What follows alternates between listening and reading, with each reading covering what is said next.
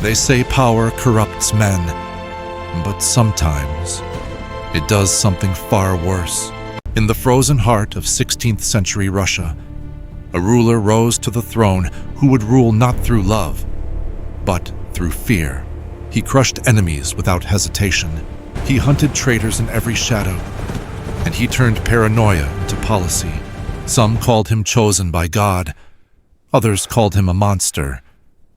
History would remember him by a single name, Ivan the Terrible. This is the story of how fear became a crown. Ivan was only 3 years old when his father died.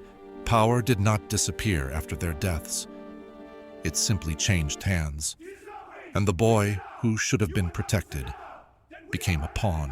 The boyars, Russia's noble elite, fought each other for control of the throne, and the young prince was neglected, humiliated, forgotten. The child who felt powerless would one day demand absolute control, and the fear he grew up with would become the weapon he used against the world.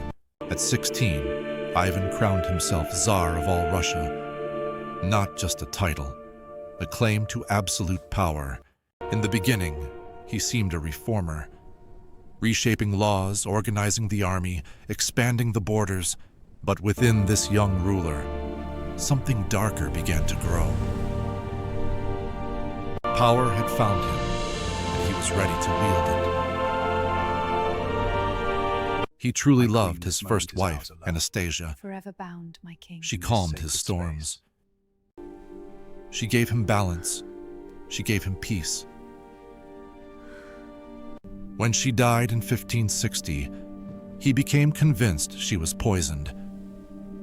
From that moment on, betrayal was everywhere. He created a force of his own, the Oprichnina. Dressed in black, carrying the symbol of a dog to sniff out treason. They raided homes, seized property, executed anyone suspected of disloyalty. Novgorod became their warning, one of the darkest massacres in Russian history. Thousands died, and the Tsar watched without mercy. Then came the moment history would never forget. How dare you question A me, dispute boy? between a father and his heir. Suffer! You defy me for them! In a moment of anger, he struck him. The heir fell, and the Tsar realized what he had done. He held him as he bled, weeping. But regret does not bring back the dead. In his final years, he grew more isolated and more suspicious of everyone around him. His health declined, and enemies multiplied. In 1584, he fell suddenly while playing chess. Was he a mad tyrant or a ruthless ruler in an unforgiving time?